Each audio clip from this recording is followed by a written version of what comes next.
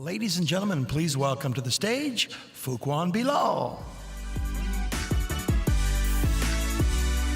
Good morning, good morning, good morning. Good morning to you. Good morning to you. Good morning, good morning, good morning to you. Good morning, everybody. How you doing today? Good? Not great? Fred actually must have found my speech. He did a great job. So I actually started off in this business of real estate in 1999. I had a full-time job. I'm making a six-figure salary, and my family actually was in a business doing on the lending side. My brother had a brokerage, and he was trying to convince me to be a loan officer, and I didn't want to wait 30 days to get a paycheck. I wanted that steady, bi-weekly paycheck, that assurity, that knowing I was going to have it to be able to support my bills and things that I needed, until actually my cousin started to get into the business and flip houses early 2000 and showed me that he was making my salary that I was making in 2 months or 3 months that I was making that year. So you already know what I did next. I put my 2-week notice in and jumped in. I took action. During the next 6 or 7 months, I closed on some transactions. I made some great money, didn't make money, went through the roller coaster. And one of the reasons I wanted to get involved in the business because I wanted to add value to the community where I come from. I'm from Newark, New Jersey. There's a lot of blighted properties, and that gave me the opportunity to get properties cheap, revitalize them, and provide housing for the people in the community that I grew up in. So I saw value in that, and I was committed to that, and I became passionate about real estate, being able to take an asset, redevelop it, add value to it, and then move a family in with good quality kitchens, bathrooms, and everything else so they can live like people in other areas. That really resonated with me. That really gave me the feeling of importance. A year later, we're making money, everything is good. I'm sitting in my office, I'm on the phone with my appraisal. It's about 12 o'clock, I'm in the office by myself. Now, the office was actually in the community where I was at. We gave people jobs, we tried to help out and uplift everybody. But it's important to keep yourself in the right environment, because the environment I was in and the type of money that I was making at the time and the people that was surrounded that we was employing wasn't really a good environment. I'm on the phone with my appraisal, and I saw somebody walk past in the office. We didn't have any appointments that day, and I was like, who is this? I actually go out in the hallway and say, excuse me, sir, who are you looking for? The guy turned around and said, you. Boom, boom, boom, boom, boom. Shot me 5 times. 5 times I was shot. This was March 30th, 2001. I laid on the floor, played dead, the guy walked out. I jumped up, ran to the phone, thought the appraiser was still on the phone. I called 911. I was lucky that there were some police officers down the street cashing their check. They got the call, took me to the emergency room. And I was very fortunate because the doctor that did the surgery on me was somebody who I went to high school with. So he was actually a couple of grades ahead of me. I was in sophomore, he was a senior. He graduated, went to college, became he got his medical license or whatever, and became someone that did surgery. So I had the opportunity to have somebody I went to school with do the surgery on me, and I survived. All the bullets went in and out, didn't touch anything, and I still have a scar. I lost 6 inches of my intestines. And all that was on my mind was, at the time, I didn't have kids, I wasn't married, and I was like, wow, I didn't even begin my life yet. And here I am trying to help the community which I came from and revitalize it and do these other things that I was passionate for. And I became a victim of my own success and where I came from. During that moment, I learned a couple of things. First of all, I learned once I get out of this, I had to have kids right away so I can, leave something behind and have that family life that I was wanting to develop. The other thing I learned was that I was very committed to what I wanted to do.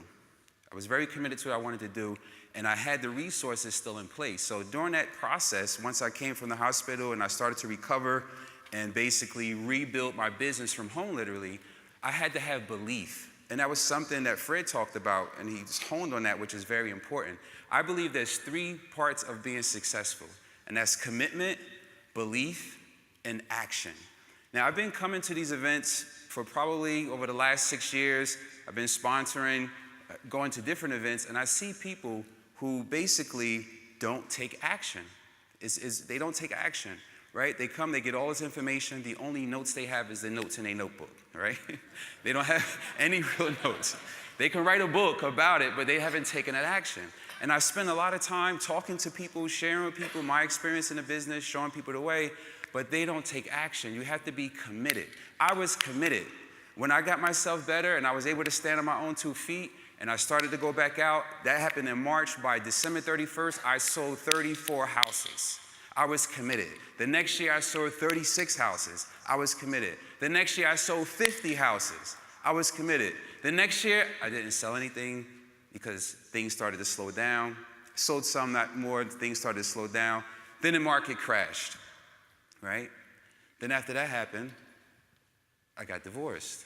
You know, the financial situation caused the problems at home. So I went through that. That was another big thing that happened into my life, right? And I begged my wife, I'm a father of 2, 16 and 10 now. I begged my wife at the time, I don't want another man to pass his influences to my kids. Give me that responsibility, please. I want that responsibility. So I was fortunate, right? I had to give up everything materialistic that I had to get that responsibility. So that was another adversity I had to overcome. But I believed that I would get my business back on track and still be able to take my kids to the level I wanted to take them at. And I had the faith and I was committed to doing it. And I took the action, right? You have the ability to do the same thing. You have to take that action. You have to finish it before you start it, right? The house don't get built before you have the plans. You have to imagine it, believe in it, have the faith in it, commit to it, and then take the action to do it. So, you know, you have to learn how to beat the mind game and seize the results you want most, right? Winning is all about beating a mind game. You have to stay committed to it, believe in it, and take that action.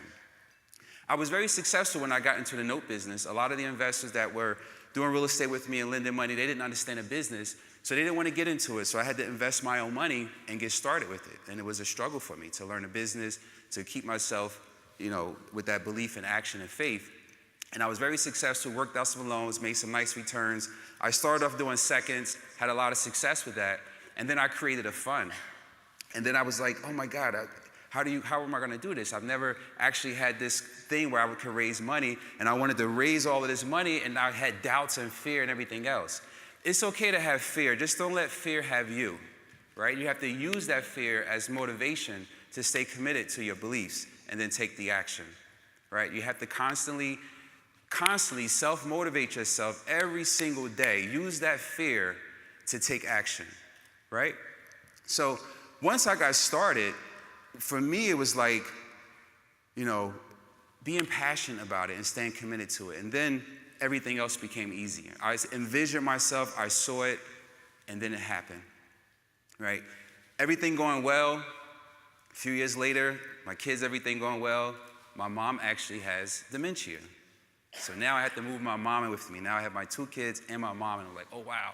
How am I going to travel to these events? How am I going to still go build this business? This is at the beginning when I was building this business, 2013, somewhere around there, 2012.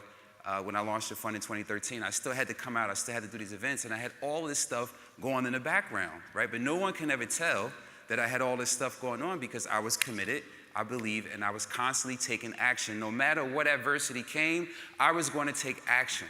So there's no excuse for any of you who have been coming to these events a couple of years, taking notes and not taking action. There's no excuse. There's a lot of, like I mentioned yesterday on the panel, a lot of great resources in here that you can leverage. So you need to take that action. If you believe in it, if you spent the money to be here and the time to be here away from your family, then when you leave here, you should take that action, right? So everything's going well. I got my mom into like doing yoga and everything else because I do a lot of yoga and healing and all that great stuff. She's doing well now, and she's able to function normal. A couple of years go by, everything's doing great. So I'm really excited about that. And I just keep saying, life is going to punch you in the face every time you think everything is going well. It's waiting for you. It's waiting for you, right? So you got to keep going and stay committed, believe, and have that and take that action.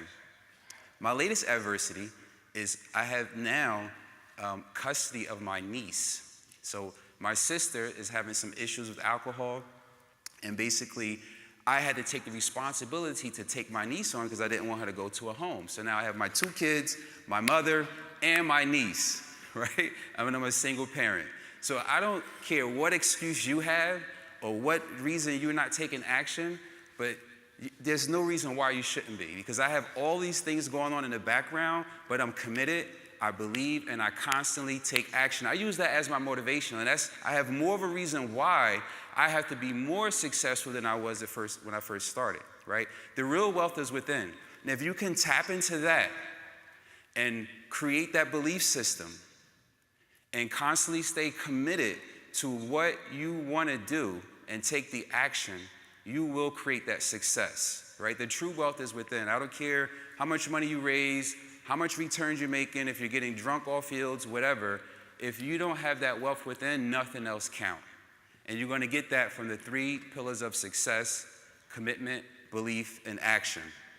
Now, I journal all the time, which is a good habit I do in the morning after I work out, my routine and all that good stuff. And actually, as I was journaling, I was writing down some of the things that I procrastinate with. I was being a tire kicker and things like that. And as I was journaling, I was like, wow, this is getting good. And basically, I started to see it actually developed into a book. Well, it's not a book, it's actually a pamphlet. My buddy Matt Kelly bought it. He said, hey, I got your pamphlet. I paid $15 for 20 pages.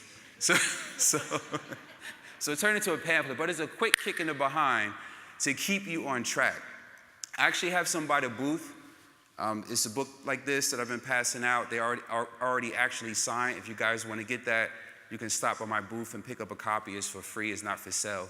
And I really want you guys to take from this, the 3 pillars of success is to stay committed, believe in what you want, and take the action to get it. That's my time. Thank you.